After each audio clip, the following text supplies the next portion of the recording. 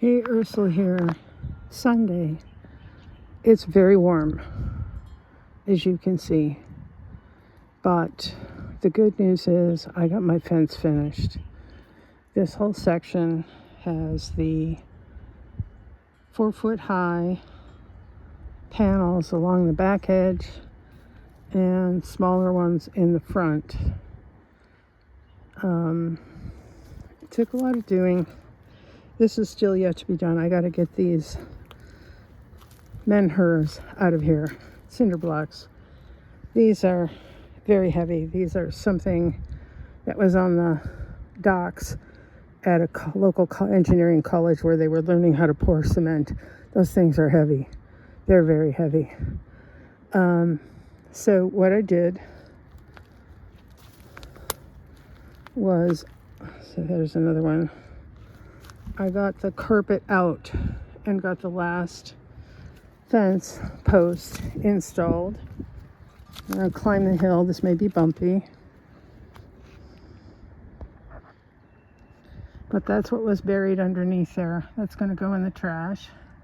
And then what I did to make my life easier, and also because I had a drop off, there was about a 6-inch soil difference to where the fence was versus where this tree is. This is a plum tree. It may or may not survive. It was being crowded out by a mulberry, and the mulberry is gone. And I started moving some of this pile down. Gonna stack it neatly here. It can just decay in place and become soil in this location at some point. It's helping keep the fence upright, and this is soon to go. The fence that I leaned it on deteriorated, and that tree right there is a slippery elm. So I'm looking forward to that getting a little more room to grow too. It's on the east side, so even if I put beds in here, it won't shade it. It's the pear tree here that'll shade things. So we'll see how that progresses over the summer. My goal right now is to finish getting the fencing in back here, and you can see I've already made progress on the weeds. I cleared this whole section out with, it had cleavers, and I'm going to mulch that heavily so nothing grows back there. It'll be on the other side of the fence because there's really not much I can do with these tree trunks here. And this at the base is cleavers. I got more of those to take out. There was a groundhog in here, and I think it spread the burrs everywhere. That whole hillside is covered now in cleavers. This is all going to become compost. I've already pulled an awful lot of really nice compost out of here and added it to the potato bags. So hopefully I won't have to buy soil this year. And I'm slowly working on, that was a retaining wall and it decayed. I mean, no, even if you've got pressure treated lumber, stuff doesn't last forever. So I'm just stacking some of the wood and clearing out the cleavers. Those are last year's cleavers in here. And the neighbor and I had a talk about where the skunk was, and I've got some wire mesh down on top, and I also filled in the holes, stamped that down a bit, and that's behind the garage. The potato bed is almost done. Let's take a look. All right, this is where one of the holes was, and I also put some sticks in there for right now. I put some wire mesh down. That was around the Bradford pear that's going to get cut down, so that had to get moved anyway. Defined where the yard is a little better, and the neighbor helped me out with some beautiful grass compost. And there's my potato bed. Again, this is, I put charcoal twigs twigs that I turned into charcoal. Apologies for the wind. It's gotta sound horrible. But yeah, I put charcoal twigs down. Potatoes need potassium. And so once the weather settles, we have a storm coming in tonight. Tomorrow will be cooler, much cooler, and then Tuesday very cold. So I can't plant anything yet. It'll be going down to 26 on Tuesday night. But that doesn't mean I can stop work on the garden here. I can still work on fencing as long as the ground's not frozen. So that's where we are right now.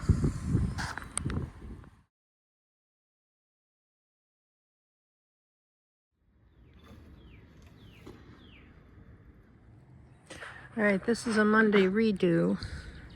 Too many people mowing the grass. So what I've done is I've cleared out a section in the front and I put down some good soil, and then I planted flax. And I have two different types in here. One is a perennial and the other is an annual. The perennial, not sure if I can do this, is called Blue and Breezy. And then the other one is Sussex. And it is designed for, I would assume, seed. It looked like a nice oily seed, something you'd use to either extract oil or grind up and use in your breakfast cereal, whatever. I have a lot more weeds to clear out. And then this is what it looks like when the deer come through. They eat the tulips right to the ground. We've given up trying to grow tulips. We just grow daffodils now. But hopefully the flax comes up. We'll wait and see. Stick around.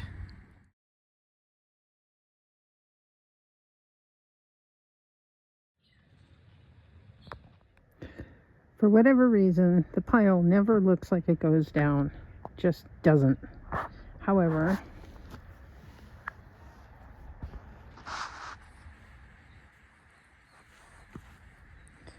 yeah, that's what I managed to get done.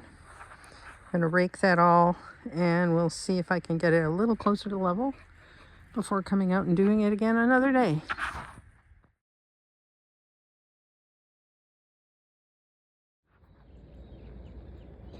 Okay, it's time to clearing up garden bed number 1. See, I put down leaves last fall, and then of course when the tree branches came down, there's a lot of detritus, plus there's a ton of cleavers. So it's time to get this guy started, because lettuce needs to be planted and spinach does too. So let's get to work. All right, I pulled this guy off of the fencing and I cut the more obnoxious branches shortly and threw them in a pile. This is my next work pile. It's kind of nice to just sit there on the cinder blocks and just cut things in the evening when you're done with everything else. But yeah, so this area here, I moved everything that needs to be finished up to level my bed. And then the big sticks I've been just sticking in here, sort of as a deterrent to the deer, but mostly just to get them out of the way. And then the sticks that were in the bed that I want to plant all ended up here. So it really is 5, 6, pick up the sticks. All right, I'm not gonna lay them straight though. I got this far, and I'll show you. This is gonna wait. I'm gonna plant this second portion later. I have all these cages, and I'm gonna see how many will fit in the section behind the fence, and maybe plant some Swiss chard underneath those. I did uncover something growing. I don't know if it's a parsnip. I did plant parsnips in here last year. It's this guy right here. He almost looks like a celery, but he's not a celery, and he doesn't smell like parsley either. Has no odor. So I'm gonna dig that guy out because he's not in the garden plan, at least not in that location.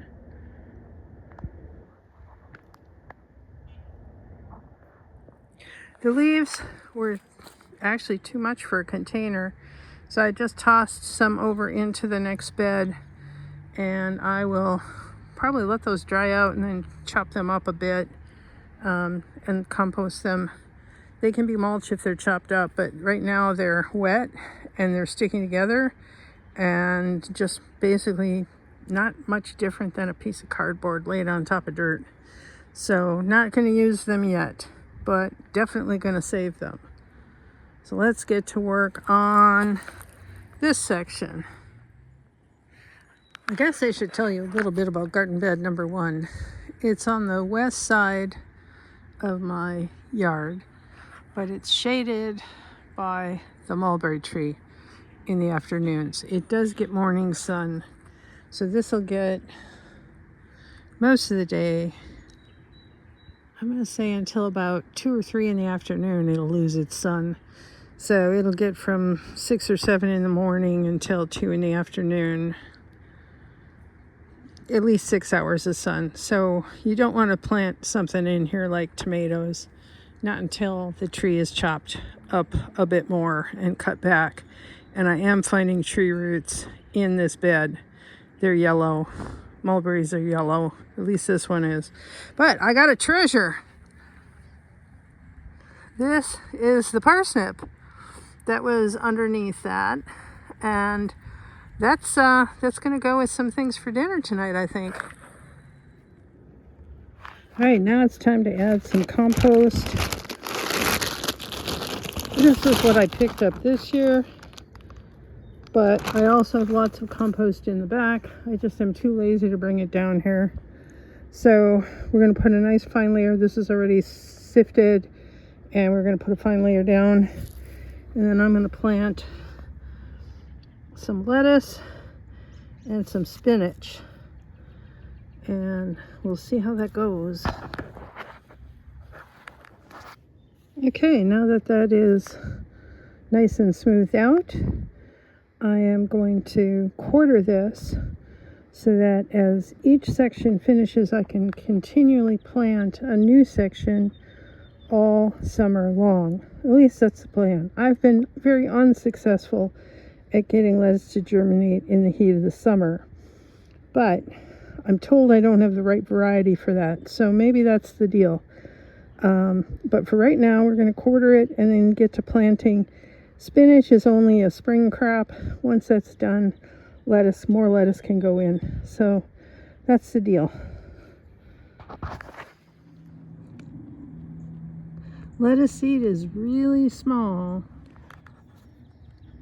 So what I've done is I've taken my pinky and my forefinger and just drawn rows. That's about 4 inches apart. I've kind of overplanted these. Let's see how many seeds fell here. And that's okay because it's older seed. You can't get the time back. So it's better to plant too many and thin than it is to have to reseed and reseed and reseed, or have, so many holes that it's not even worth watering. I've done that before. Not a good idea. So I'd rather thin it. And yeah, I hate plucking out, seedlings. It just, you feel like you're killing something that could be useful.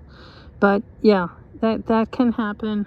And it's possible too, once they get up, if there's a couple in a bunch, I can transplant them into another quarter, because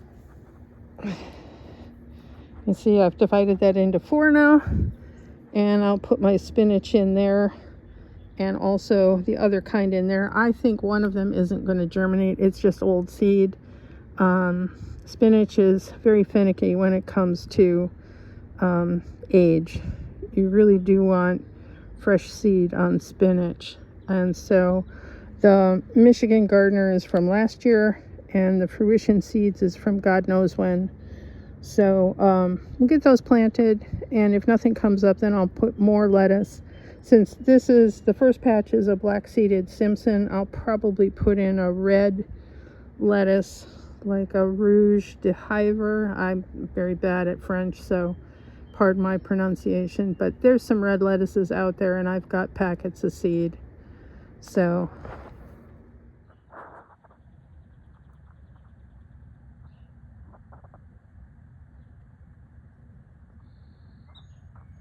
looks like I got a helper. I'm really happy. This bed is very full of earthworms, and I can only help the soil. And look at that.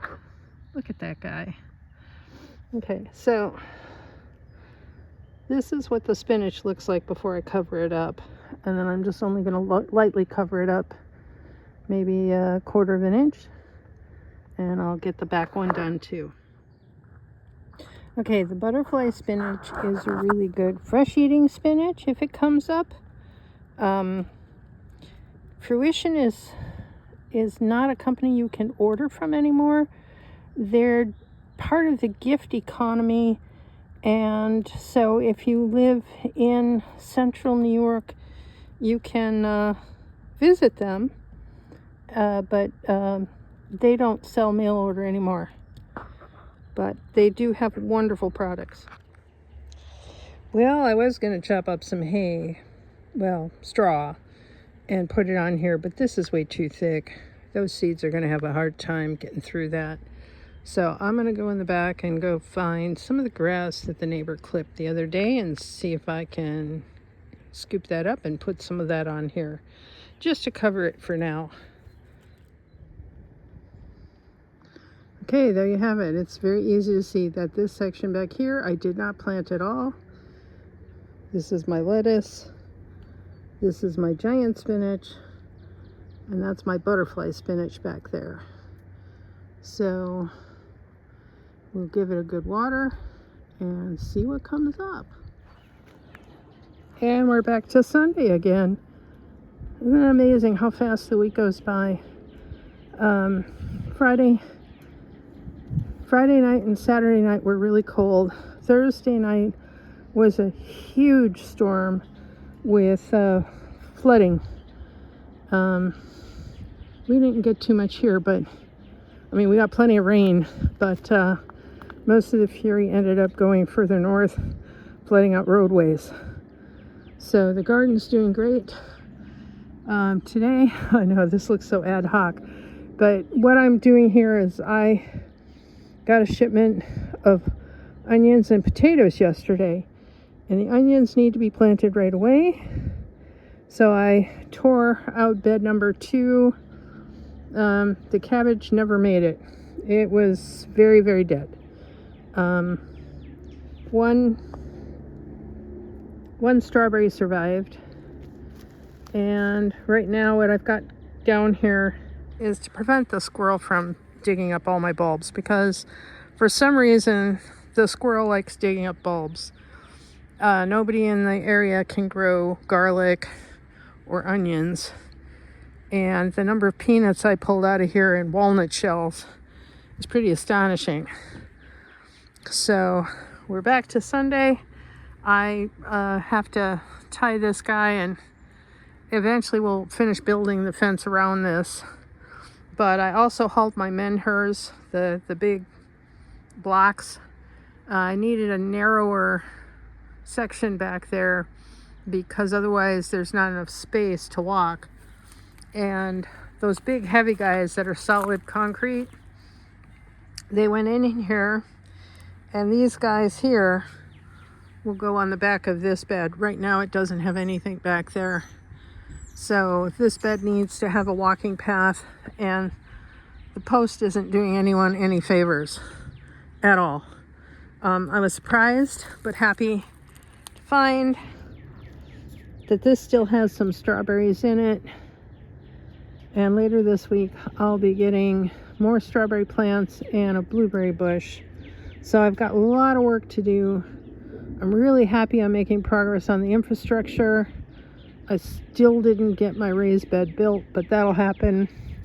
And I'm working on planting grow bags with potatoes. The potatoes I ordered, I'll take a walk, they were not ready. They didn't have any eyes. It was a great big bag. I was really happy with the amount of potatoes I got, but they weren't chitted. So I have them under a grow light, and hopefully they'll start growing some eyes pretty quick because it's time to be planting. So this is what I've gotten planted so far. French fingerlings, usually really early. And now I'm starting in on this mess. These are blue Vikings. I've grown these year after year. I always save some seed potatoes and I keep them in paper bags over winter in the coal cellar. It's still not cold enough to keep them from sprouting, but they'll do much better now. They'll be in soil. So I've given them all a nice topping of more or less hay. It's just grass clippings from last fall. I saved specifically for this reason. They do better if they have that. It helps make sure that the potatoes aren't green or don't get sunlight and become toxic, which can happen. And what I'm doing is I've taken soil that I've scraped from compost in the back, mixing it with the existing soil, and then also topping it off with some coconut coir. And I am so thankful I bought my coconut coir last year because the price on it right now is ridiculous. So in ground, you don't need that. But if you're planting in containers, it really helps hold some of the moisture in. Otherwise, the water just goes right on through. So that's where we're at today, and we're going to call this a wrap.